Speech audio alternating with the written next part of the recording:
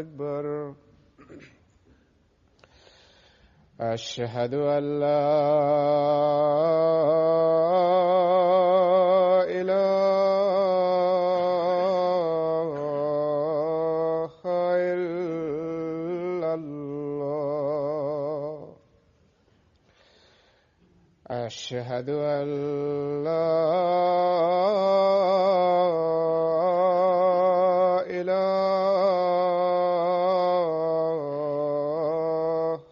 إلا الله.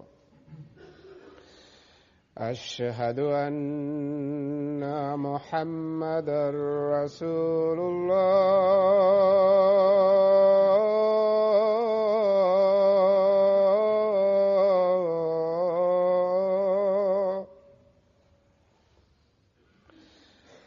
أشهد أن محمدًا رسول الله. حي على الصلاة. حي على السلام.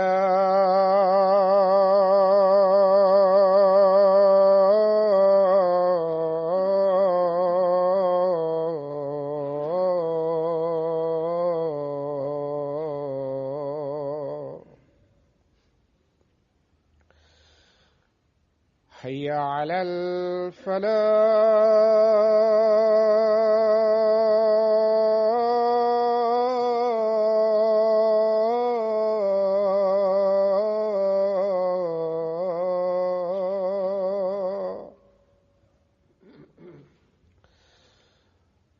حي على الفلاح.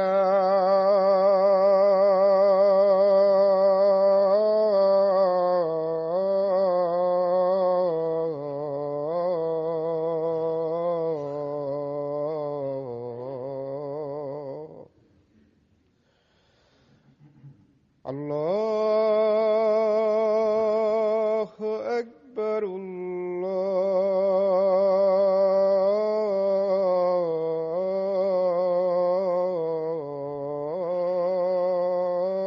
الله أكبر. لا إله إلا الله.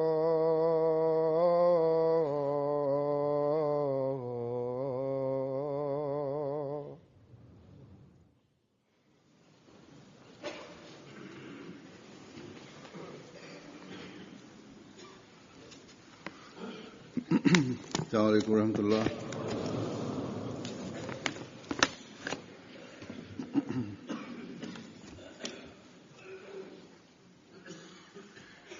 أشهد أن لا إله إلا الله وحده لا شريك له وأشهد أن محمدًا عبده ورسوله. أما بعد فأعوذ بالله من الشيطان الرجيم. بسم الله الرحمن الرحيم. الحمد لله رب العالمين. الرحمن الرحيم. مالك يوم الدين. إياك نعبد وإياك نستعين. اهدنا الصراط المستقيم.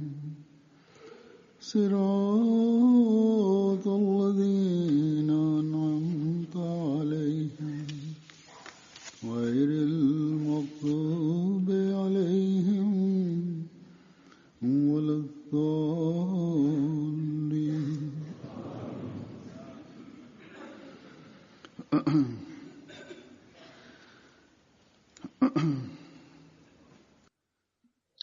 الحمدلله 13 هفته د انګلستان جلسه سالانه وشوه او د خدای پاک په فضل په خیر خیریت د دې ټولو برکتونو نه موږ مستفید شو.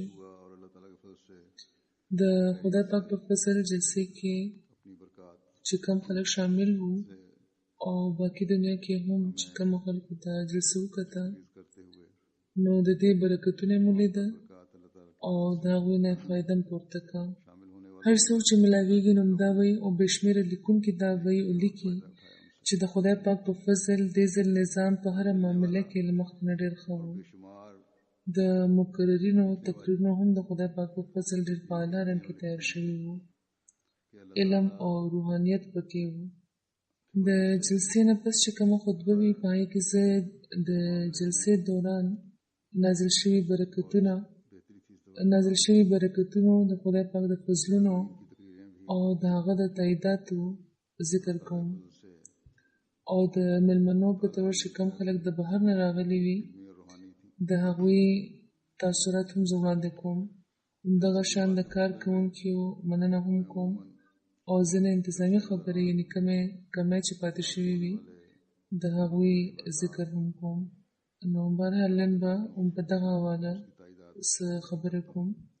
د جلسې ماحول د خدای پاک په فضل داسې وي چې په هر سعید فطرت لرونکي نیک اثر کوي. ځینې غیر احمدیان او نامسلمه صرف همدې لپاره جلسې کې شاملېږي چې معلومه کړي چې د هغوی پیژنګلو احمدیان چې څنګه د جلسې باره کې د جلسې برکتونو باره کې خبرې کوي نو دا خبرې تر کومه حده سمې وي او څومره حقیقت لري. او دا غیر مسلمه او غیر احمدیان چې جلسې کې شامل شي نو زیاتره پکې بیا دا وایي چې جلسې باره کې چې څومره موږ ته ویل شوي وو د هغې نه زیاته موږ مشاهده وکړه او په ځینو باندې د دې دومره اثر وشي چې هغوی بیا بیعت وکړي. دې ځل هم د روس نه راغلي دو مېلمنو د جلسې ماحول لیدو نه پس بیعت کړی دی. همدغه شان ځینې داسې وو چې د ګوټمالا، چیلي او د کوسټاریکا یعنې د امریکې ملکونو نه راغلي وو. دوی د جلسې دوران خو بیعتونه ونه کړل خو دوی انتهایي متاثره شوي وو. ټوله جلسه اورېدلې وه. بیا ما سره ملاقات وکړو او راته وویل چې موږ ته افسوس دی چې موږ بیعت ونه کړی شو. زموږ زړونه بیخي دې طرف ته مایل دی. موږ حقیقت او صداقت وپېژندو پوه شو په جومات د خدای پاک د فضلونو نزول موږ ولیدو او اوس موږ هم بیعت کول غواړو نو زموږ بیعت قبول کړئ. نو پرون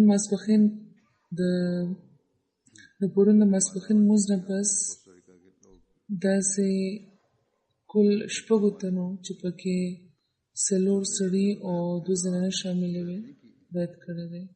کوم خلک چې جلسې کې شاملېږي د هغوی تاثرات خو به زه بیان کړم خو د هغوی نه مخکې چې دا کومو خلکو بیعت کړی دی یعنې په جلسې کې چې نو کړو پرون چې بیعت وکړو نو مخکې به د هغوی تاثرات بیان کړم. دوی کې یو ملګری دی چې په ګوټمالا کې اوسېږي سمی قادر صاحب اردن سره تعلق لري او د کاروبار په سلسله کې ګوټمالا کې وي.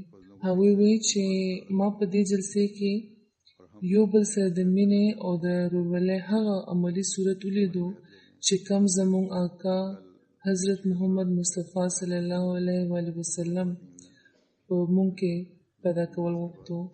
د جلسې بهترین انتظاماتو، نظم او ضبط او د ملګرو یو بل سره اخلاص، وفا، یو بل سره همدردۍ او د ورورولۍ جذبې ډېر زیات متاثره کړم او د هغه حدیث عملي تصویر مې ولیدو چې د مؤمنانو یو بل لپاره د مینې او د ورورولۍ مثال د هغه بدن دی چې یو برخه په تکلیف کې وي نو هغه تکلیف ټول بدن محسوسوي.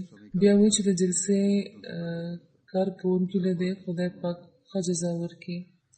همدغه شان د کوسټاریکا نه راغلي وفد کې حیدر سبیلیا صاحب شامل وو. هغوی وایي چې د جماعت احمدیه اعلی انتظام نه زه ډېر متاثره شوم او دې خبرې هم ډېر متاثره کوم چې د جماعت احمدیه کم تلم چې ذمہواري سپارلې شوې ده نو هغه دا ذمہواري په اخلاص پوره کوي. د دنیا د مختلفو ملکونو راغلي خلکو سره زه ملاو شم او ډېر خوشحاله یم چې هغوی سره مې خبرې وکړې او د خیالاتو تبادله مې هم وکړه. جلسې کې په شاملېدو حقیقي اسلام طرف ته زما پام نورم زیات شو او په دغه حواله مې اخلاص او ایمان هم ترقي کړې ده.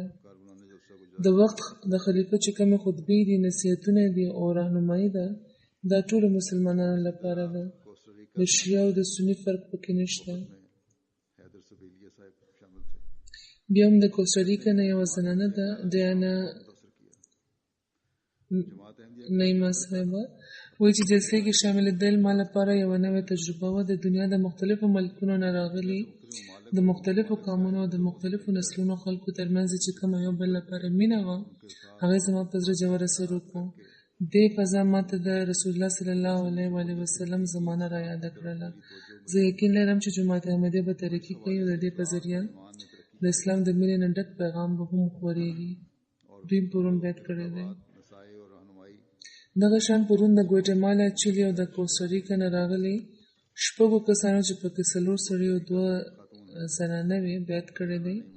دوی ټولو د عالمي بیعت نظاره کړی و. پرون چې د هغوی مکمل رسېدلو شو نو بیا هغوی بیعت وکړو. نو جماعت احمدي چې کوم د اسلام خپلې پیغام ورکوي او په یو وحدت د ټولو د راغونډولو چې کوم کوششونه کوي دا هر چا ته ښکاري.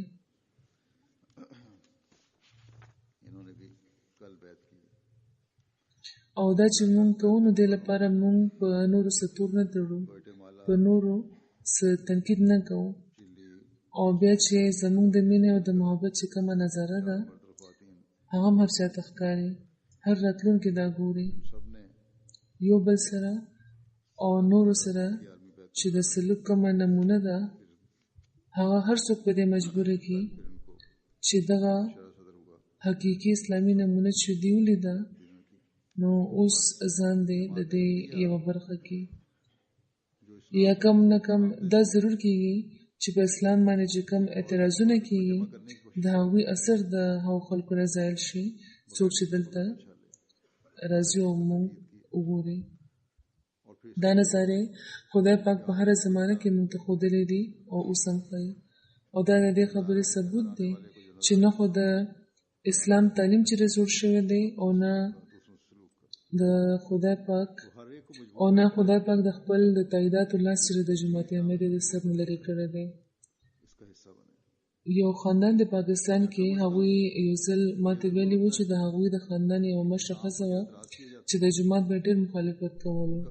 خو خانداني نظام هلته داسې وي چې هغوی یو ځای اوسېږي او هغه ښځه چې د جلسې نه وه راغلې.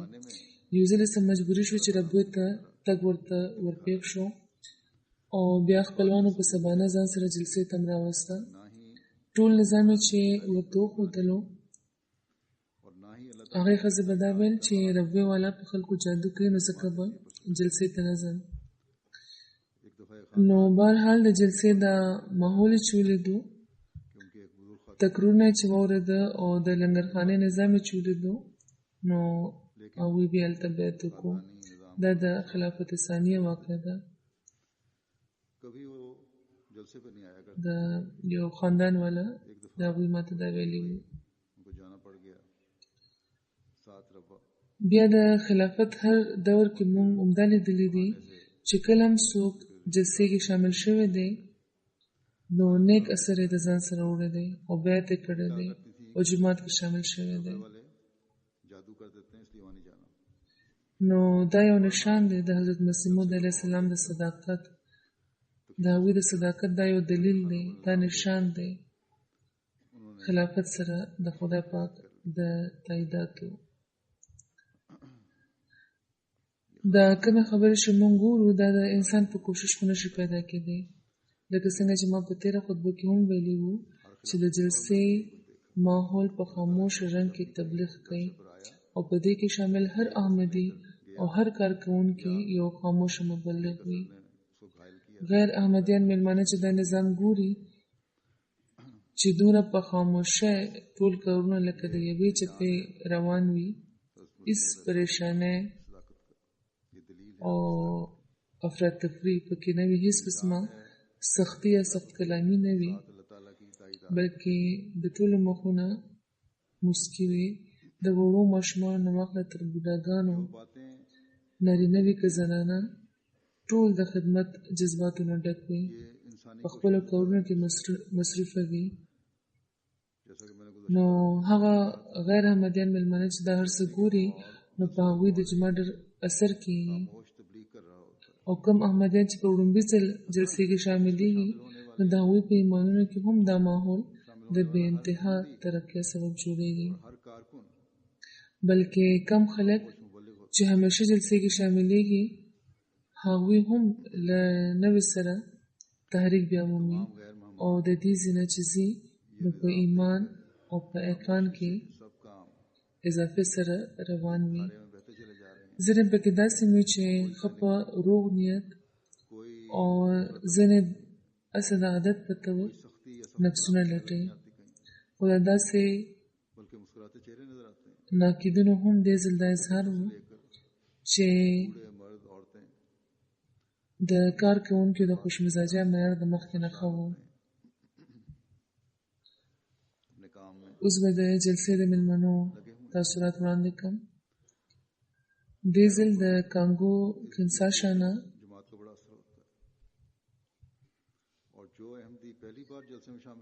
د بندوندو د صوبایي اسمبلی سپیکر بونیفیس بوشیوا صاحب وړومبي ځل جلسې سالانه کې شامل شوي وو. هغوی د درېیمو ورځو د جلسې مکمله کاروایي وکړه او واورېده. جلسه‌ګاه کې به هغوی ناست وو، د لمونځونو په وخت کې به هم هغوی په جلسه‌ګاه کې وو او عالمي بیعت هم هغوی وکړو. دوی وایي چې هر څوک دلته داسې ملاویږي لګیا دي لکه چې د کلونو راڅخه یو بل پیژني، هر تن بل ته سلام کوي. عمده حقیقي محبت دی، عمده حقیقي مذهب او دین دی. دوی وایي چې یو ځل موږ په صوبایي سطح یو پروګرام کولو، خو په وړومبۍ ورځ د بد انتظامۍ په وجه 26 کسان مړه شوي وو. نو بیا موږ مجبور شو او هغه پروګرام هم ملتوي کړو. خو زه حیران یم چې په دغه جلسه کې په زرګاو خلک شامل دي، خو وړه شان هم څه بدنظمي نه ده شوې. یو بل له دیکې ورکول او هیڅ قسمه څه فساد دلته ښکاره نه شو. او مرګونه خو یو خوا، دلته خو چا کوچته واس خبرې هم نه دي کړې. وړوکي ماشومان چې په ډیوټۍ دوی لیده نو ډېر بې جذباتي شول. دوی ویل چې دا واړه ماشومان چې دومره په مینه د خوراک څخه څه شی وړاندې کړي نو که د انسان ورته حاجت نه وي او که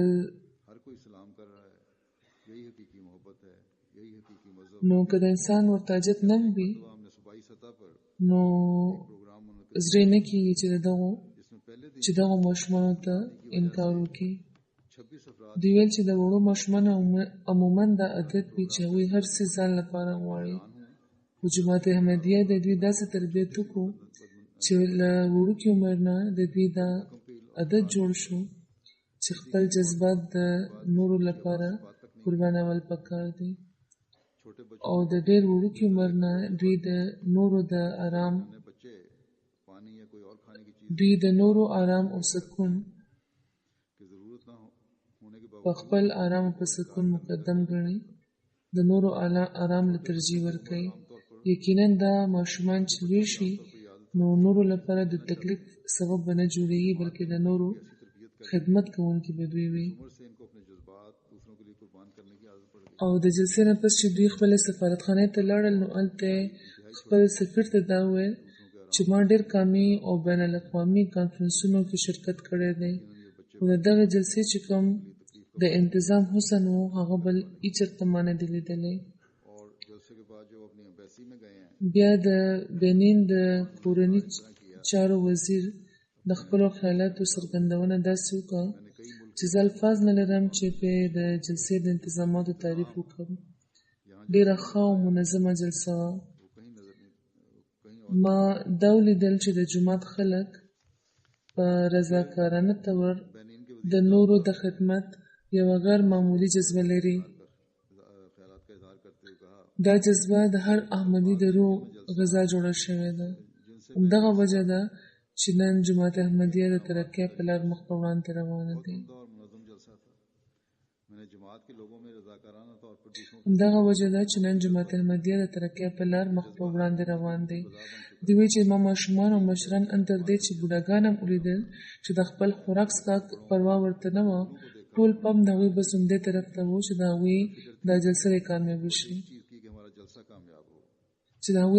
دې کامیابه شي، د خپلو مقاصدو ترلاسه کولو لپاره دومره زیار کوونکي خلک ما مخکې چېرته نه دي لیدلي.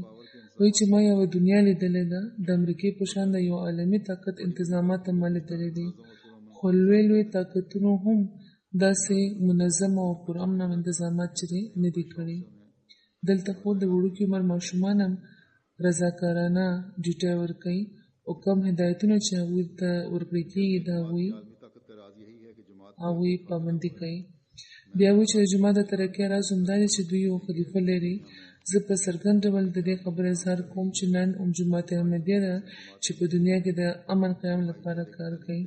نن د ځمکې په لمن جماعت احمدیه ده چې د ورورولۍ تعلیم ورکوي، د صبر تلقین کوي او د امن د قیام علمبردار جماعت دی. یوګنډا نه د هغوی د دفاعي امورو وزیر ډاکټر کریسپس چونګا هم جلسې کې شامل شوي وو. هغوی وایي چې د جلسې د نظارې کیفیت د بیان نه بهر وي. باقاعده 2 ورځې دوی د جلسې کاروایي واورېده او نمایش یې مو کتو. هر څه لیدونه پس وایي چې ما سره ملاقات وشو او ما ته یې ویل چې دومره سخت نظم او ضبط خو یو فوج پیدا کولی شي. ما ورته ویلي چې ستاسو فوج هم نشي پیدا کولی. نو ویلي چې او بالکل سمه خبره ده، هیڅ شک پکې نشته چې داسې نظم او داسې ضبط د دنیا یو فوج هم نشي پیدا کولی. یونان نه راغلي مېلمنو کې انتیګوني او پناګي یوتس بهرحال جسم د دوی نامې دي، دوی شامل شوي وو. دوی کې پانا یوتس صاحب له خدای پاک د جوماتي لټریچر د یوناني ترجمه توفیق ورکړی دی. جلسې نه چې دوی واپس لاړل نو یو ایمیل یې رالېږلی دی چې پکې هغوی وایي چې د زرګونو په شمېر کې دومره په امن یوه مجمع وه چې پکې خلک یو بل لپاره دعاګانې کولو، یو بل سره مینه کولو لپاره راغونډ شوي وو. داسې یوه مجمع لیدل څه معمولي خبره نه ده. دومره لوی شمېر کې چې خلک د نورو مدد او د نورو خدمت لپاره راغونډ شوي دي نو دا هم څه معمولي خبره نه ده.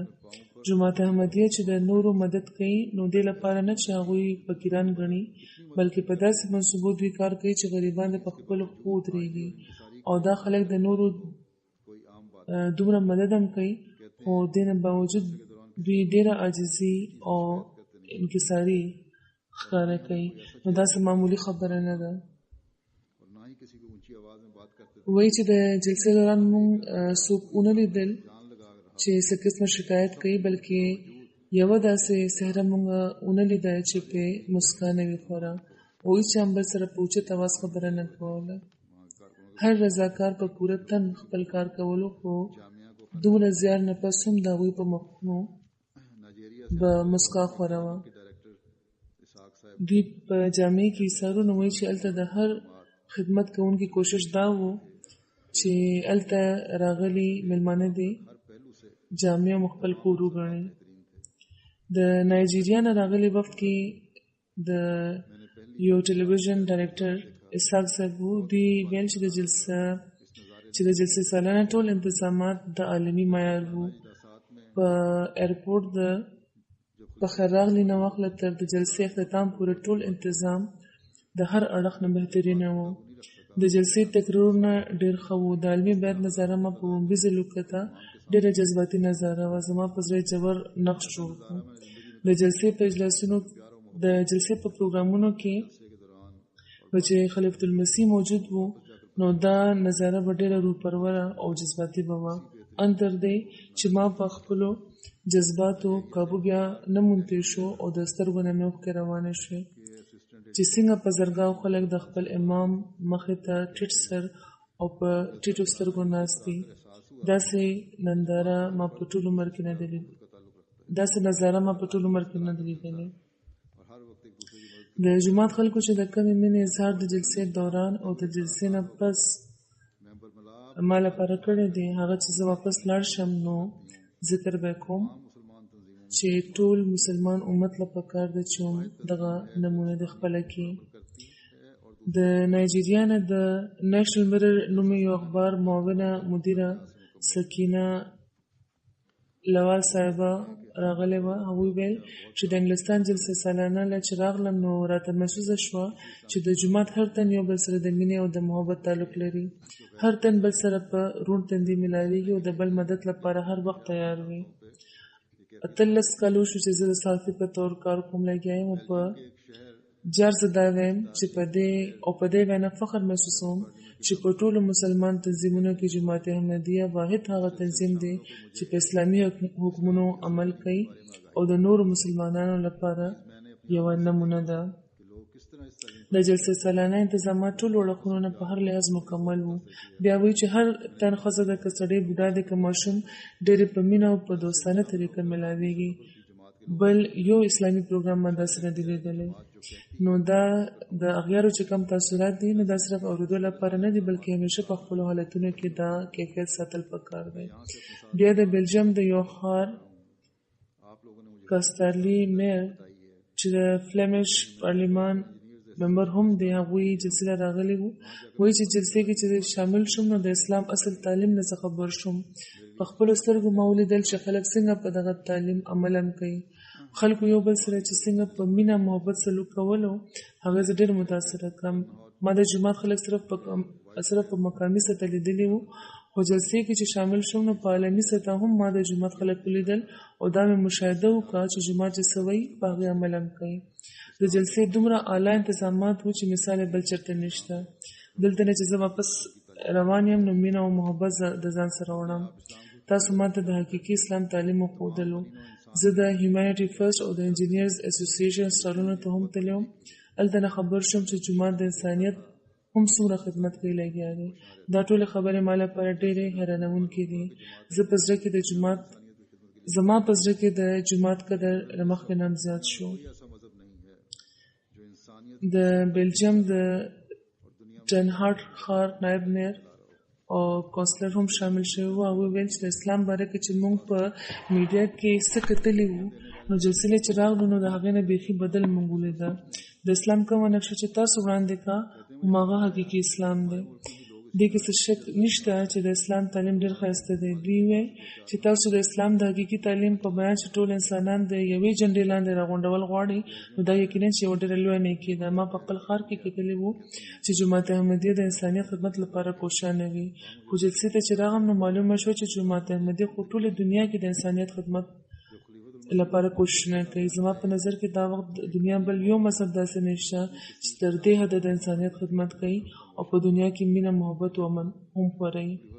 ما هغه خلک هم ولیدل چې په جلسې کې ډیټا ورکوي.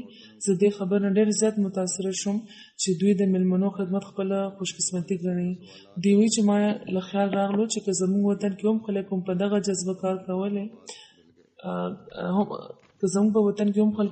جذبه کار کولی نو زموږ ملک به د هغو مالي مشکلاتو سره مخ نه وي کوم چې نن سبا موږ ته راپېښ دي. بیا د بلجیم د ښار د نایب میر اهلیه وایي چې زه د ښځو جلسې ته هم تللی وم. هلته چې کومه مینه او محبت ماله راکړل شو د هغې مثال ما په خپل ژوند کې مخکې چېرته نه و لیدلی. خلیفة المسیح چې کله د ښځو جلسهګاه له راغلل نو یو عجیبه ماحول و. دومره ګڼ شمېر ښځې هلته موجودې وې خو هر طرف ته خاموشي وه. بیا چې خلیفة المسیح خپل خطاب فرمایلو نو د زرګونو په شمېر کې چې کومې ښځې هلته وې هغوی په خاموشۍ هغه خطاب واورېدو. د ښځو باره کې د اسلامي تعلیم په حواله چې څومره سوالونه زما په ذهن کې وو د خلیفۃ المسیح خطاب نه د هغوی ټول جوابونه ماته ملاو شول. بیا وایي چې د ښځو جلسهګاه ته لاړم نو اول مې په زړه کې لږه ویره وه، خو چې د خلیفۃ المسیح خطاب مې اورېدل شروع کړو نو ټوله ویره مې ختمه شوه. بیلجیم نه یو زیر تبلیغ ملګری شعبه محمد صاحب وو. هغوی وایي چې د یوې اوږدې مودې راهیسې احمدیت سره تعارف لرم او په لومړي ځل مې د احمدیانو جلسې کې شرکت کړی دی. جلسې کې چې مې دا 3 ورځې تېرې کړې او د هر څه مې چې ولیده نو په جار اوزداویم چې احمدیت د اسلام صحیح تصویر دی. ما دلته خلک په سجدو کې په ژړا لیدلي دي. دی را باندې ژور اثر کړی دی. د مالټا نه یو سماجي خدمتګار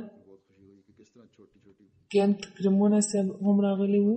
دوی د معذورو خلکو د بهبود لپاره کار کوي. دوی ویل چې کومه خبره چې زما د ټولو نه زیاته خوښه شوه هغه دا ده چې وړو ماشومانو هم د جومات په کارونو کې ډېر په شوق برخه اخیسته، خلکو باندې د اوبوس کولو کاروي کولو. بیا ویل چې دا خبره مې هم ډېره خوښه شوه چې خلیفۃ المسیح د جلسې باره کې چې هدایت ورکول نو دا فرمایلي وو چې اطاعت کوئ او هر حکم منئ. که دا حکم د یو ماشوم له طرفه وي نو بیا وایي چې ما د جلسې باره کې هدایاتو باندې مبني یوه کتابچه وکتل چې پکې لیکلي وو چې خوراک لپاره څه زما عمر اخلئ څومره چې ضرورت وي، دا نه چې ډېر واچوي او بیا یې ضایع کوي. دا مې چې ولوسته نو ډېر خوشحاله شوم چې څنګه جومات د وړو خبرو خیال ساتي. نو دا خبرې بیا خلک نوٹ کوي. د مالټا نه یو صحافي ایوان باتولوس صاحب راغلی وو. په ټي وي د یو پروګرام میزباني هم کوي. 3 کالو راهیسې جومات سره تعلق دی. هغوی زما انټرویو مو وکړو. د انټرویو ډېر خواهش لرلو. هغوی ویل چې په ما دا خبره لکه د رڼا ورځ ښکاره شوې ده چې په 125 کالو کې چې جومات دومره ترقي کړې ده چې د دنیا 206 ملکونو کې جومات قائم دی، نو دا یقینا چې د خدای پاک د تایید نه بغیر ممکن نه ده. بیا وایي چې په جلسې کې هر څه منظم او د یو ترتیب مطابق وو او چېرته چې نظام او ترتیب وي هلته خدای وي. دوی عیسائی دي نو دا د عیسایانو تاثرات دي. هغوی زما انټرویو هم کړی و او د هغې نه پسې ویل چې خپل ملک ته چې لاړ شي نو یو دستاویزي فلم به هم جوړوي د جومات باره کې. دې نه علاوه د مالټا نه مایکل ګریګ صاحب جلسې کې شامل شوي وو. دوی کالج کې د فلسفې تدریس کوي. اخبارونو او رسالونو کې مضمونونه هم دوی لیکي. هغوی ویل چې زه د جلسې سلانه کاروایی او تقریرونو باره کې یو تفصیلي او جامع مضمون لیکل غواړم چې نور خلک ته هم استفاده وکړي او په دغه جلسه کې چې کم د دین او د دنیا د فلاح او د بهبود په حواله کم زرین نصیحتونه او اصولونه بیان شول د هغوی نه دې خلک فایده پورته کړي. فرنچ ګیانا نه هم احمدیان او غیر احمدیان جلسې له راغلي وو. په دغو مېلمنو کې یو غیر احمدي مېلمه مسټر کیری ایټیکوټ هم وو چې د تاریخ پروفیسر دی او د عقیدې په لحاظ صحیح دی. وایي چې ما چې جلسې کې د شمولیت بلنه راغله نو نه پوهېدم چې دا خلک ما ولې رابللي دي. ځینې ویډیوز هم ما ته وښودلی شو او پوه کړی شوم، خو بیا هم ما ته د جلسې د اهمیت اندازه نه وه. خو اوس چې زه په خپله جلسې کې شامل شوم نو پوه شوم چې دا جلسه جومات لپاره څه حیثیت لري، بلکې ټولې دنیا لپاره دا جلسه څومره اهمه ده. دنیا د داسې جلسو اچت لري چې پکې دا نارې اوچتېږي چې مینه د ټولو لپاره او نفرت د هیچا نه نه. وایي چې جلسې د کاروایي په سر کې چې به کوم د قرآن تلاوت کېدو نو هغې نه به زما روح ته یو داسې عجیبه لطف رسېدو چې په لفظونو کې نشم بیانولی. اوس ما د دغو تلاوتونو آډیو هم واخیسته او یقین لرم چې دا به ما لپاره د سکون موجب وي. دې ځل صحافیان هم ډېر راغلي وو، د دې ځای هم او د بهرني ملکونو نه هم. یوه انده وه صحافي ده، هغې ویل چې زما مور زه نه پرېښودم چې د مسلمانانو تقریب له لاړه شم ځکه چې مسلمانان یعنې مور یې دا ویل چې مسلمانان ډېر خطرناکه خلک دي، دا به چېرته مړه کړي او څوک به درنه خبر هم نه شي. نو خیر وایي چې ما د مور خبرو نه منله، خو خو کومه تجربه چې ماته دلته وشوه نو اوس به زه خپلې مور ته وایم چې احمدیان خو موږ نه هم زیات امن خوښوي او دا چې د هغوی خبرې او تعلیم دومره ښایسته دی چې په کار دی چې تیم وګورئ. شکر یې کولو چې د دې جلسې نه محرومه پاتې نه شوه. بیا بیلیز کې چې دې ځل جومات قایم شوی دی هلته نه یوه صحافي مریم عبدل نومې راغلی وه. دا د بیلیز د کریم ټي وي مشهوره کوربنه ده.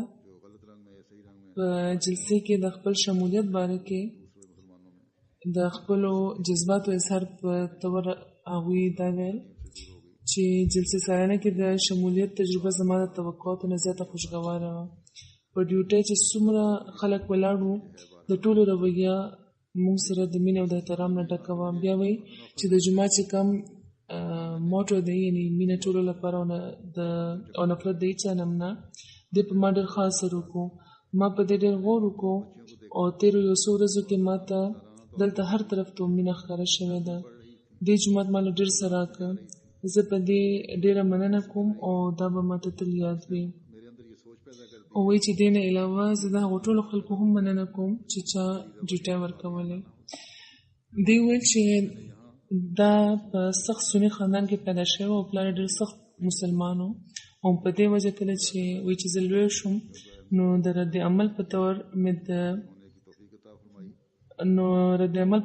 په اسلامي حکاماتو عمل پرېښود ځکه چې د پردې د سکاف او نورې داسې خبرې چې غلط یا په صحیح رنګ کې رواج لري نورو مسلمانانو کې نو هغې کې دومره سختي وي چې زه د اسلام نه لرې شوم او چې لوی شوم نو سکاف حجاب هر څه مې یو خواته کړ.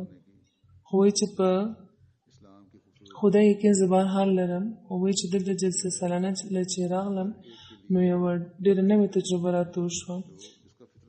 دلته ما یوه ښځه پابند او تړلې ونه لیده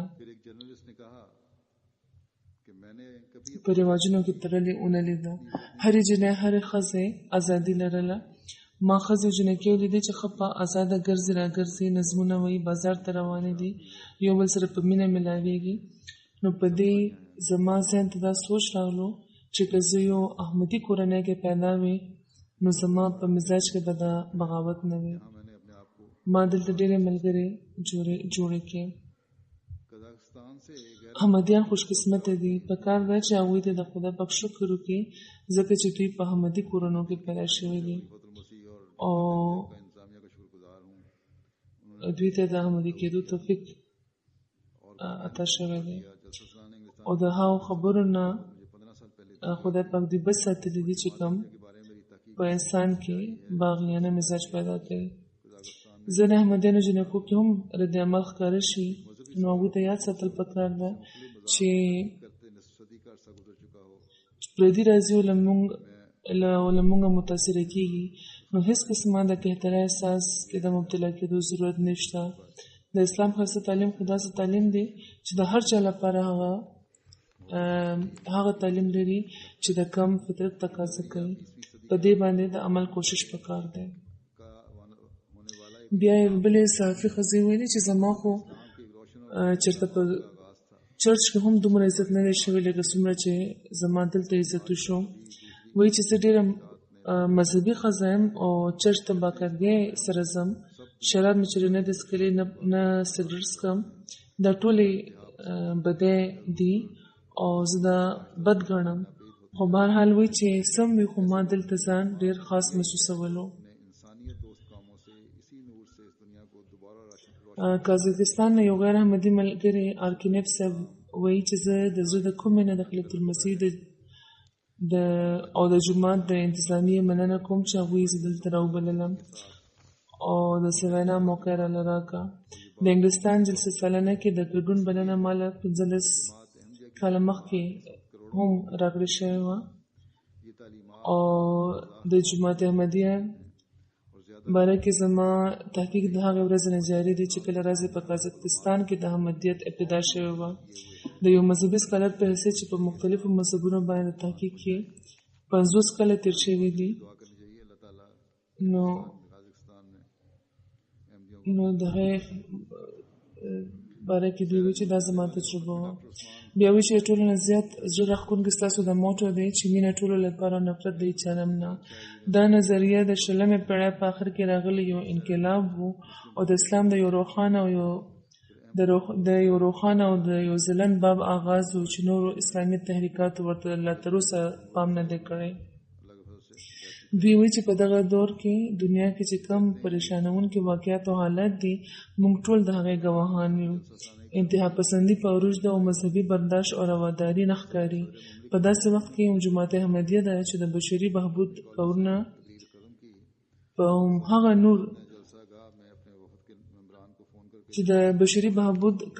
په هماغه نور دا دنیا د یو ځل بیا روښانه کولو کوشش کوي چې کم اسلام د سره راز ځان کې لري. وایي چې نن جماعت احمدیه د عالم اسلام ټول نه زیات ترقي کوونکی او خپرېدونکی جماعت دی او دا خبره په منطقي طور همزګه سمه ده چې د جماعت احمدیه تعلیمات دا وخت د کروڑونو خلکو زړونو ته جوخ دی.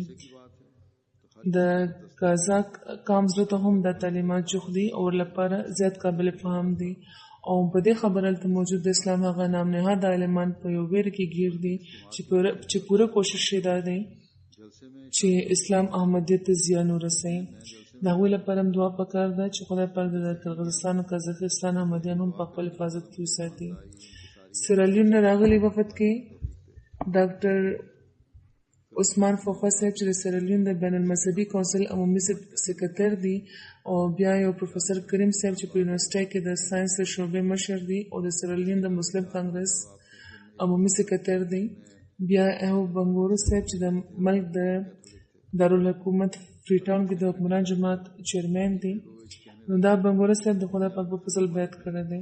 ملاقات کې دی ویل چې د جلسې سالانه کاروي د سیرالیون ټي وي نیغ په نیغ نشر کړی و او د سیرالیون صدر هم د جلسې کاروي کتلې ده.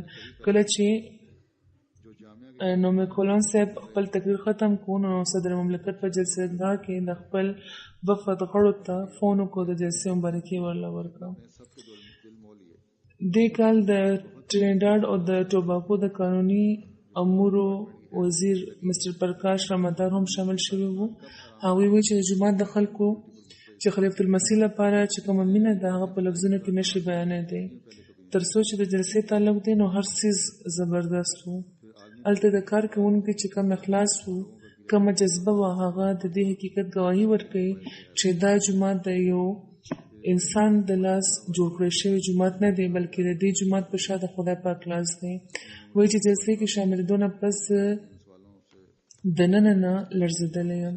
ما لپاره دعا وکړي چې خدای پاک د ما له په ایماندارۍ انکسارۍ او په اخلاص د ژوند تېرولو توفیق راکړي.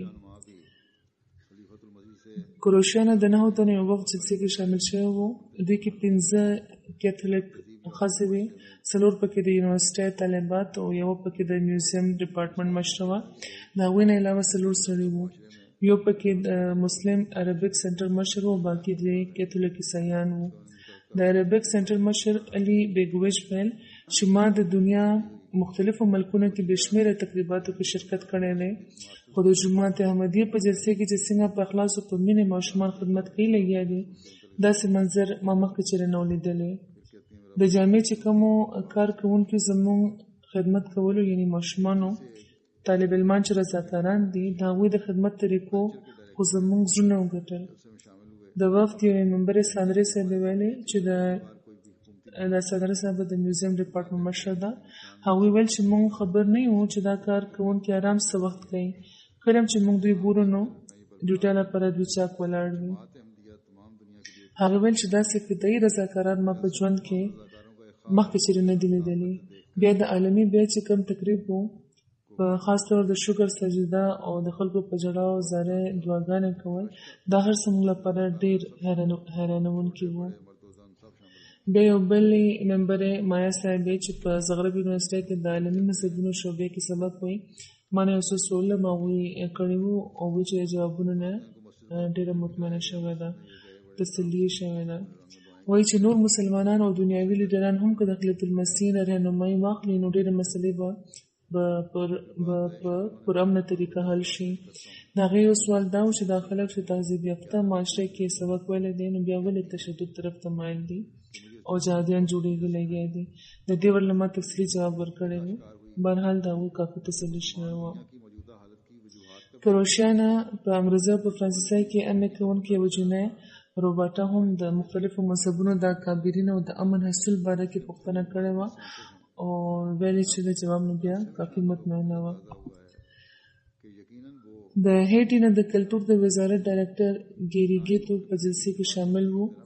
هغوی ویلې چې زموږ ملک هیټي نه په لومړي ځل یو حکومتي نماینده د جماعت احمدیه دغه عظیم الشانه جلسې سرانه کې شامل شوی دی. دې جلسې کې په شاملېدو زه ډېر خوشحاله یم. ستاسو نظام مې چې ولیدو نو په جار دا خبره کوم چې جماعت احمدیه تمامه دنیا لپاره یو مثالي جماعت دی. د جلسې ټولو رضاکارانو په یوه خاص جذبه کارونه کول او دا یوه حیرانوونکې خبره وه او موږ پرې رشک کولو. په دغه رضاکارانو کې لوی واړه کشران مشران ښځې سړي ماشومان ټول شامل دي. وروسته بیا دوی د جومات دارم کړې وه. په جومات کې دوی په خپل رنګ کې ډېر په احترام دعاګانې کړې وې او بیا یې اوږده سجده هم هلته دوی کړې وه. بیا اوس به د یو څو نوي شامل شوي تاثرات وړاندې کړم. د مکسیکو نه یوه زنانه نالو پیزري خون وی چې دې جلسې ماته ډېر څه وښودل. صرف دا نه چې ماته د ژوند حقیقت ښکاره شو بلکې د مسلمانې دنیا چې نن سبا کوم حل دی د هغې د وجوهاتو نه هم زه خبر شوم. زه دې نه مخکې د یو کمیونټۍ نه خبر شوم چې هغوی ډېر اتحاد لري او په مختلفو ملکونو کې مرکزونه دي. خو اوس جلسې کې چې شامله شوم نو اندازه راته وشوه چې هغه جومات یقینا چې د جومات احمدیې په شان متحد نه دی او نه د جومات احمدیې په شان وسط هغه لري. مخکې ما دا ګڼل چې کومې فرقې سره چې زه تعلق لرم هماغه په سمه لار ده. خو د جلسې سالانه تقریرونو نه زه خبر شوم چې دلته د رسول الله صلی الله علیه وسلم په وصیت باندې عمل کیږي. ما به دا دعا کوله چې خدای ما د ټولو نه ښو خلکو سره یو ځای کړه او د رښتوني خلافت په ذریعه زما رهنمایي وکړه او مله توفیق راکړه چې خپل طاقت او استعداد د اسلام تبلیغ لپاره استعمال کړم او د اجتمندو په کاره شم. اوس زه دا ګڼم چې خدای پاک زما دعا قبوله کړه او ما له جماعت احمدیې کې د شاملېدو توفیق راکړو. بیا د بلیز نه یو نومبای چې اسلامي نوم یې حمزه رشید دی وی چې د جلسې دغو 3 ورځو کې زه د جومات د وسط نه خبر شوم. د دې جلسې ترتیب او تنظیم یو جادویي کیفیت لري. ما په دغه جلسه کې د 80 ملکونو نه راغلي مختلف خلک ولیدل چې پکې مالدار هم شامل وو او غریبانان هم، سیاستدانان هم پکې وو او سرکاري حاکمان هم. د دې جلسې کامیابۍ لپاره بې شمېره خلکو د رضاکارانو په طور کار کړی دی او مېلمستیا هم د اعلی درجې وه. د مارشل آیلینډ نه د لجنه صدره چې نوې آمده شوې ده میری رنته جویني هغوی وایي چې الحمدلله چې دا جلسه ما لپاره یو عظیم نعمت دی. کله راشي چې دلته راغلی یم په وروڼو خویندو کې یو بل لپاره مینه محبت او د یو بل د تکلیف احساس ګورم. دوی سره چې خبره کوو نو داسې معلومیږي لکه چې د مخکې نه یو بل پیژنو. وایي چې د جومات چې کوم د موټو دی مینه ټولو لپاره نفرت د هېچا نه نه د دې اظهار مو ولیدو. بیا زما تقریرونو باره کې وایي چې یو عجیبه شان احساس به و او د خطاب دوران به په هر لفظ زما اوښکې بهېدل شروع شوې. زه خپل جذبات نشم بیانولی. بیا د عالمي بیعت نظاره ډېره مسحورونکې او اثرداره وه. وایي چې بېشکه چې جلسې کې شاملېدو نه پس زه خدای پاک ته مخکې نه زیاته جوخته شوی یم. بیا یوه امریکنۍ لجنه هم ما ته خپل خوب واورولو. وایي چې ما خوب لیدلی و چې په یو ډېر ښکلي جومات کې لمونځ کوم. هغه جومات ډېر لوی دی او هلته ډېر خلک دي چې زه یې نه پېژنم. هر ځل به ما ته داسې معلومېده چې لکه زه په یو نوي ملک کې یم. وایي چې اوس چې دې جلسې کې چې زه شامله شوم نو د خپل د خوب په تعبیر پوه شوم. دلته د مختلفو ملکونو خلک یو ځای په لوی شمېر کې لمونځ کوي. اوس خدای پاک ته دا دعا کوم چې هغه دې ماله سره د کامل اطاعت د یو بهترین مسلمان په طور د ژوند تېرولو توفیق دې راکړي. مکسیکو نه یو نومبای بشیر کویاسو صاحب وایي چې د دنیا مختلفو ملکونو سره تعلق لرونکي خلک د خلیفه مینې او د هغه نه د زارېدو جذبې نه ډک وو چې یوه بې مثاله خبره ده. د جلسې کارکوونکو په رضاکارانه طور د جلسې د مېلمنو خدمت کولو. جماعت احمدیه دنیا کې یو مثالي جماعت دی چې د حقیقي اسلام تصویر دنیا ته وړاندې کوي. مکسیکو نه امام ابراهیم چرچل صاحب چې خپلو اویاو مقتدیانو سره آمده شوي دي وایي چې زما زړه دا محسوسه کړه چې د جلسې په ورځو کې بې شمېره فضلونه او برکتونه نازلېږي لګیا دي او د خلافت د سیوري لاندې د دنیا مختلف رنګ او نسل سره تعلق لرونکي خلک یو بل سره د مینې او د ورورولۍ د احساس نه ډک دي. وایي چې د خلیفه په تقریرونو صرف دا نه چې زما علم زیات شو بلکې د زړه سکون هم راته ترلاسه شو. جلسې کې شامل هر تن د حال په ژبه دا ګواهي ورکوله چې اسلام د مینې او د سلامتۍ مذهب دی چې هر قام او هر ملک کې ضرورت لري. د پاناما نه ګریګوري ګونزالیز وویل چې د انګلستان جلسه سالانه کې د مختلفو افرادو اجتماع تنظیم مینې او ورورولۍ زه ډېر متاثره کړم. ما محسوسه کړه چې هر تن بل سره مینه کوي. دا یو مثالي اجتماع و چې زموږ په روحاني ژوند کې یو انقلاب پیدا کړو. اوس دا زموږ ذمهواري ده چې نور خلک هم په دې کې شامل کړو چې هغوی د هم د جومات یوه برخه شي او د پاناما نه چې د جومات کم خلک دي هغوی د دې نه پوره استفاده وکړي. فرانچ ګیانا نه یو ملګری مسټر ډیویو عبدو راغلی وو. په کال 2008 کې هغوی بیعت کړی وو. په جلسې کې وړومبي ځل شامل شوي وو. وایي چې زه پیدایشي مسلمان هم په فرانچ ګیانا کې د ټولو نه مخکې ما احمدیت قبول کړی وو. خو نن چې جلسې سالانه کې شامل شوم نو راته محسوسه شوه چې اصل حقیقي اسلام څه دی. د احمدیت د حقیقت او د خلیفه د اهمیت اندازه ماته وسو شوه. وایي چې خلیفه د ژوند تېرولو لارې وښودلې او هر تن په دغو لارو روان د خدای پاک خوشنودي ترلاسه کولی شي. بیلجیم نه یو ملګری عبدالفال صاحب راغلی وو. سینیګال سره تعلق لري. دوی وایي چې کله چې ما په وړومبي ځل د بیلجیم جومات ته تللی وم نو هلته ما ډېره زیاته مینه لیدلې وه. بیا دلته هم ما احمدیانو کې یو بل لپاره مینه او محبت وکتل. د مینې د محبت او د ورورولۍ دغه ماحول نه زه ډېر متاثره شوم. عالمي بیعت کې شامل شوی وم او بیعت مې وکړو. د بیعت په وخت چې کم زما کیفیت او کم زما جذبات وو د هغې بیان ممکن نه دی. وایي چې ما جلسې کې احمدیان په عبادت لیدلي دي. دوی واقعي چې رښتونی مسلمانان دي. بیا وایي چې خلیفه د خدای له طرفه مقرر شوی دی او دې جلسې کې چې زه شامل شوم او خلیفه سره مې ملاقات وکړو نو په خپلو سترګو مې ولیدل او محسوسه مې کړه چې خلیفه واقعي چې خدای پاک مقرر یې. د فلپاین یو ملګری یول اولایا صاحب چې په انډونیشیا کې کار کوي 13 کال دوی بیعت کړی دی. وایي چې الحمدلله جلسې کې چې شامل شوم نو د کم څه چې مې لټون کول هغه راته ترلاسه شو. انشاءالله چې خپل راتلونکي ژوند به زه هم د یو احمدي په شان تېروم.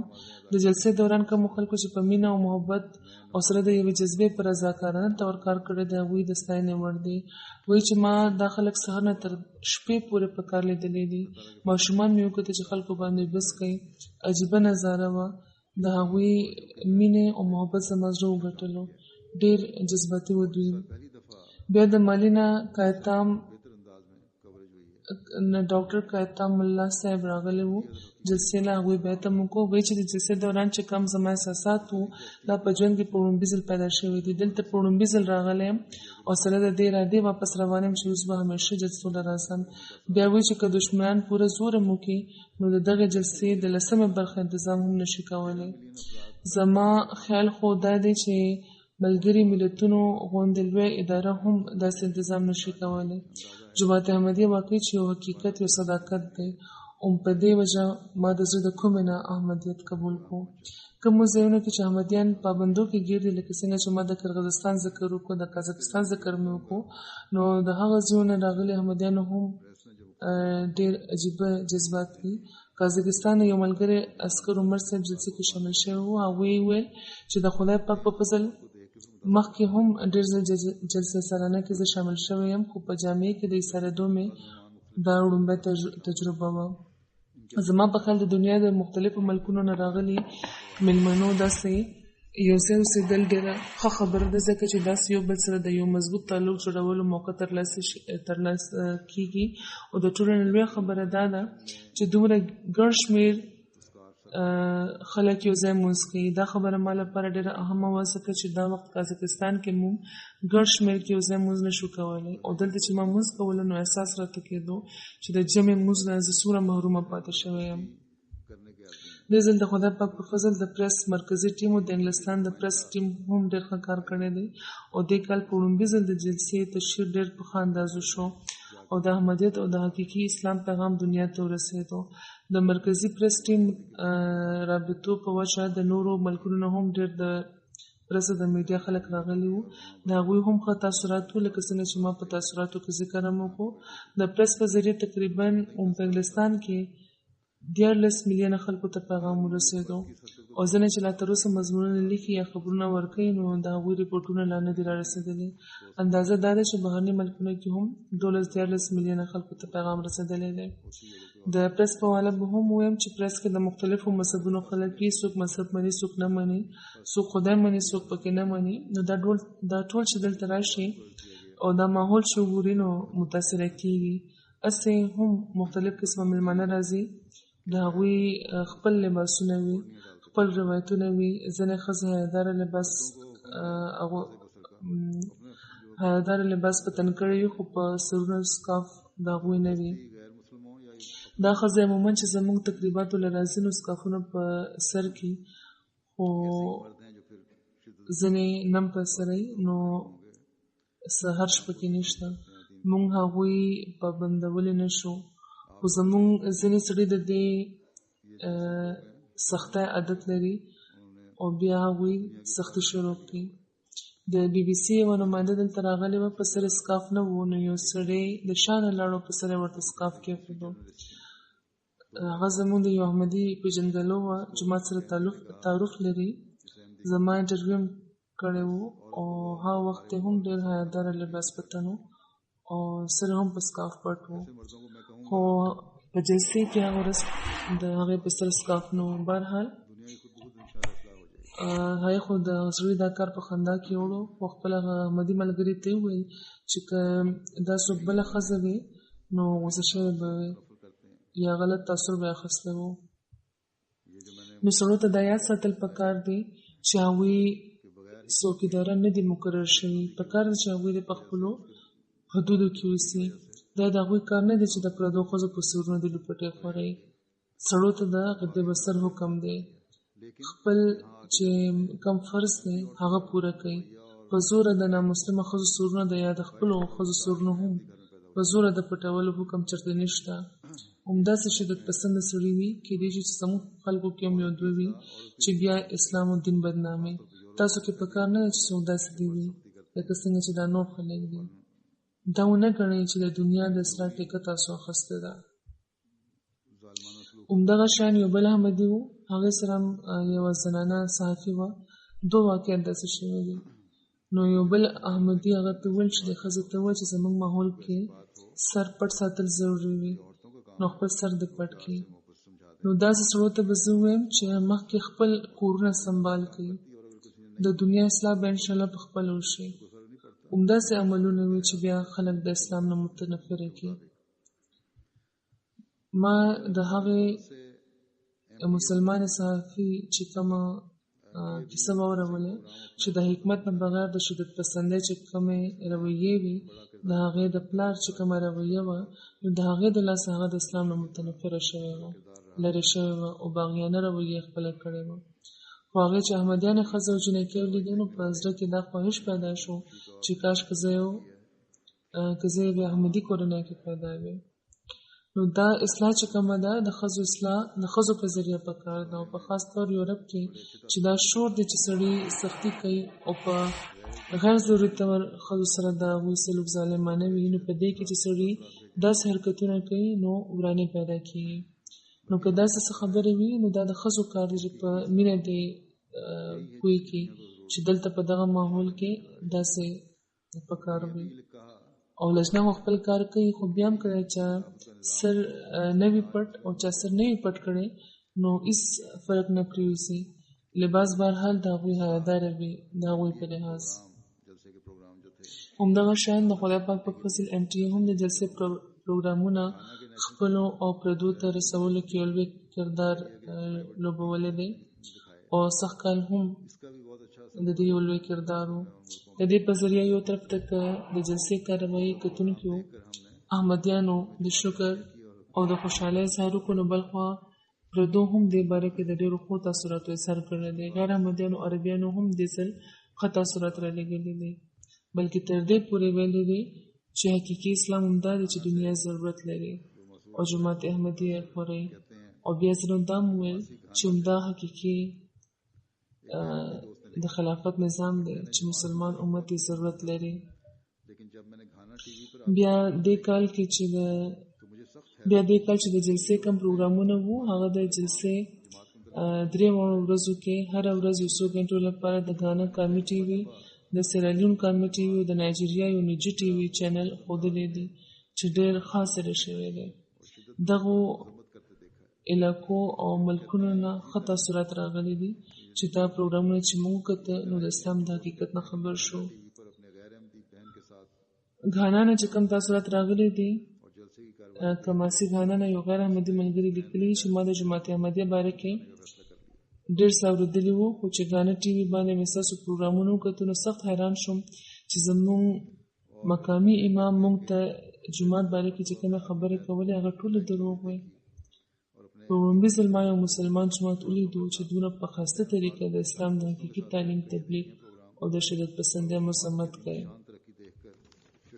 بیا ریپورټ لیکونکي لیکي چې یو احمدي ملګري ویل چې هغه په غانا ټي وي د جلسې خپرونه د خپلې غیر احمدي خور سره کتي او د جلسې کاروایي کتونه پس د هغې غیر احمدي خور د احمدي کېدو فیصله وکړه بیا یو بل احمدي ویل چې ما په لومړي ځل د عالمي بیت نیغ په نیغه خپرونې وکتې او په خپل احمدي کېدو راته فخر و وایي چې ما د خپلو عیسایي ملګرو سره دا پروګرامونه وکتل او هغوی د جومات په عظیم الشانه ترقۍ حیرانه وو د غانا نه یو ملګری لیکي چې احمدیت صرف د امن او د مینې د تعلیم پیغام دی زما په زړه کې د جومات مینه پیدا شوې ده او ډېر زر به زه جومات کې شامل شم بیا یو بل غیر احمدي چې د جلسې کاروایي وکته نو ویل چې زه د دې جومات د فلسفې او د مقصدونو نه خبر شم او ډېر زر به زه اوس جومات احمدیه کې شامل شم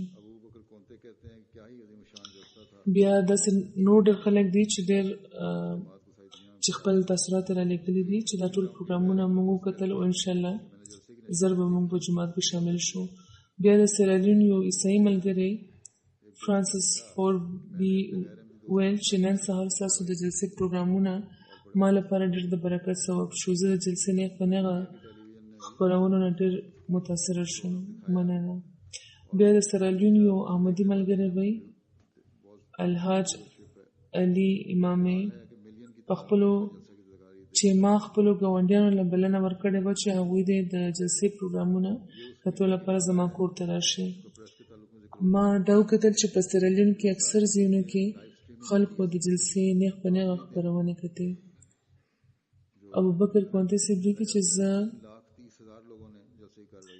چې څه عظیم الشانه جلسه وه خدای پاک د دا جومات په ټوله دنیا کې خور کړي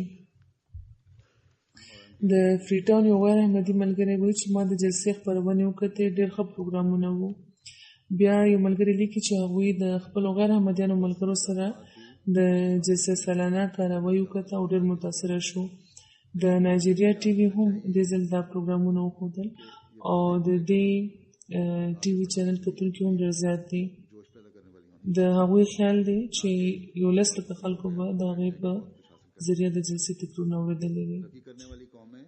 دا د هغې میډیا نه علاوه رپورټ دی چې د پریس په تعلق کې مخکې پرو شو. بیا د MTA په انټرنیټ چې کوم لایف سټریمینګ وي نو په آخرنۍ ورځ 3,10,000 سره خلکو د جلسې کاروایي وکړه او باقي ورځو کې هم د تېرو کلونو په مقابله کې د کتونکو شمېر په زرګونو زیات و او MTA باندې چې څوک ګوري هغه د نه علاوه دی. نو دا تاثرات تاسو واورېدل، د کوریج حل هم تاسو واورېدو او همیشه دا خبره یاد لرئ چې په ځای د دې چې موږ خوشحاله شو او کینو چې موږ بس هر څه ترلاسه کړل، په دې خبرو پکار ده چې زموږ جذبه دې زیاته شي او موږ دې مخ په وړاندې همیشه قدم ږدو. ترقي کوونکي قومونه همیشه د ښه نه ښه په تکل کې وي. موږ خبر یو او دې طرف ته پام هم پکار دی چې زموږ ځینې کمزورۍ هم شته. په لویه پیمانه چې انتظامات کېږي نو ځینې کمزورۍ پکې پاتې شي. داسې لویه خبره نه ده، خو بهرحال د دوی د لرې کولو کوشش پکار دی. انتظامیه له پکار دی چې د ټولې کمزورۍ د ځان سره نوټ کړي او بل کله د دې مداوا وکړي. خو دا کمزورۍ صرف د کار کوونکو د لاسه نه وي بلکې د شاملونو کې هم ځینې ضد لرونکي خلک وي. د هغوی د رویو د لاسه هم ځینې وخت داسې صورتحال پیدا شي چې د هغوی انتظام هم پکار دی او خلکو له پکار ده چې اصلاح وکړي او بیا د جومات ته راشي. مثلا یو خبره ماله رارسېدلې ده، عموما د ښځو مرکزي چې کومه مالکي ده په هغې کې یوه ښځه سره د یو ماشوم ناسته وه. نو کار کوونکي ماشوم یې ورته وویل چې دلته د ماشومانو د ناستې ځای نشته. نو هغې ورته وویل چې ښځه خبر نه وم لاړه به شم. وروسته هغه کار کوونکي ته معلومه شوه، ماشومه چې کومه هغې ته معلومه شوه چې هغه ښځه احمدي نه وه بلکې یوه غیر احمدي مېلمنه وه. نو هغه لاړه او هغې ته معذرت وکړو چې که ماشوم شور نه کوي نو خیر تاسو دلته ناست اوسئ. ورسره خوا کې چې کومه احمدي ښځه ناسته وه هغه ورسره په جنګ شوه چې موږ ته چې څه تکلیف نشته نو تاسو ته څه تکلیف دی. همدغه شان نورې خبرې شروع کړې. شکر دی چې هغې کار کوونکي ماشوم یې د عقل نه کار واخیستو او خبرې زیاته نه کوو او په خاموشۍ د هغه ځینې لاړه. خو بیا هغې احمدي ښځې دا هم وویل چې آیا دا حدیث دی چې ضرور به دلته نه کښېنئ. نو داسې چې کومې ضدي ښځې وي په خاص طور ښځو کې داسې خلک زیات دي او ځینې وخت په سړو کې وي. نو داسې خلکو ته خپلې رویې بدلول پکار دی. دا دومره ښه تاثرات چې خلکو لیکلي دي نو شکر دی چې کم از کم دغه خلکو کې نوټ کولو لپاره څوک هلته موجود نه وو. باقي پاتې شو دا سوال چې آیا دا حدیث دی؟ نو دا حدیث هم دی او آیت هم دی. قرآن کې دا راغلی دی چې د هدایت اطاعت کوئ، چې هدایت درکړی شي نو د هغې اطاعت کوئ چې د چا له طرفه هم وي. د امیر د اطاعت حکم دی، بلکې رسول الله صلی الله علیه وسلم خو فرمایلی دي چې که د منکې په شان سر لرونکي یو تن هم ستاسو امیر شي نو د هغې به اطاعت کوئ. نو په وړو وړو خبرو داسې باغیانه رویې مه ښایئ چاهے دا حدیث دی او که نه دی. حدیث هم دا دی چې اطاعت کوئ او د دې پابندي هر چا لپاره ضروري ده. څوک هم چې ځان ته احمدي وایي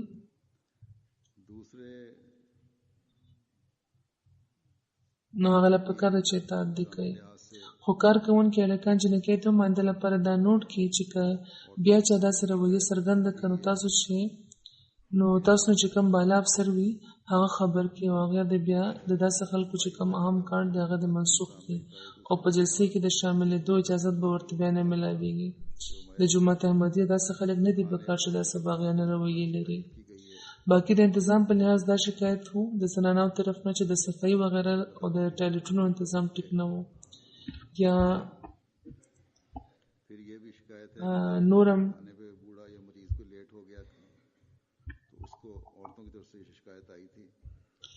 یا نور انتظامات نو هغه به انشاءالله زه انتظامیې ته ویم. د روټۍ د معیار د ځل تعریف شوی دی، خدای پاک د نور هم د ښه کولو توفیق ورکړي. بیا ځینې وخت دا شکایت هم د زنانو لخوا راغلی دی چې که څوک بوډا یا مریض په وخت روټۍ نه ور رسېدلی نو هغه له بیا روټۍ نه ورکوی کېده. نو که څوک څه وخت هم راشي په خاص طور مریضان ماشومان او بوډاګان نو که روټۍ وي نو هغوی له دې ورکړل شي. بلکې انتظام پکار دی داسې خلکو لپاره چې هر وخت د هغوی لپاره د روټۍ تنظیم موجود وي. په آرامه کښېنوئ او دا ورته وایئ چې تاسو مریضان یې یا ماشومان یې، نو ځکه تاسو له دا درکړې کېږي. خو ورسره ورته دا واضحه کړئ چې د روټۍ دا وختونه دي او که نن در باندې ناوخته هم شو نو کوشش کوئ چې سبا له بیا یا بل وخت له بیا په وخت راشئ. خو رویې کې همدردي او مینه پکار ده چې وي. همدغه شان دې ځل چې کومه تجربه شوې وه په ټینټونو کې په لویه پیمانه د غسلخانو د جوړولو، د هغې هم ډېر تعریف شوی دی.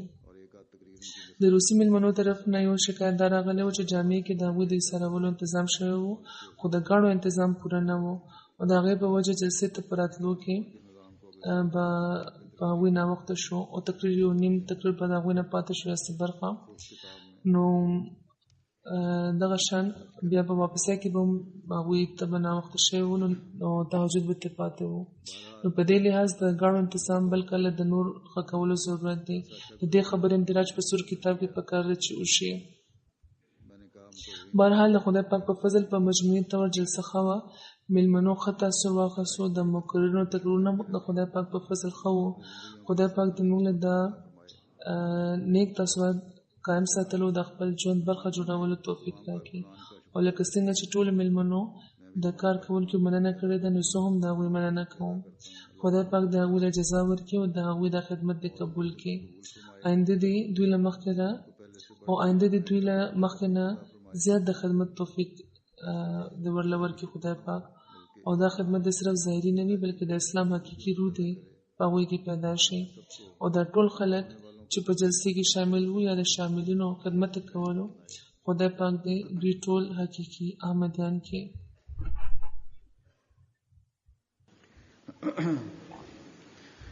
الحمد لله نحمده ونستعينه ونستغفره ونؤمن به ونتوكل عليه ونعوذ بالله من شرور أنفسنا ومن سيئات أعمالنا.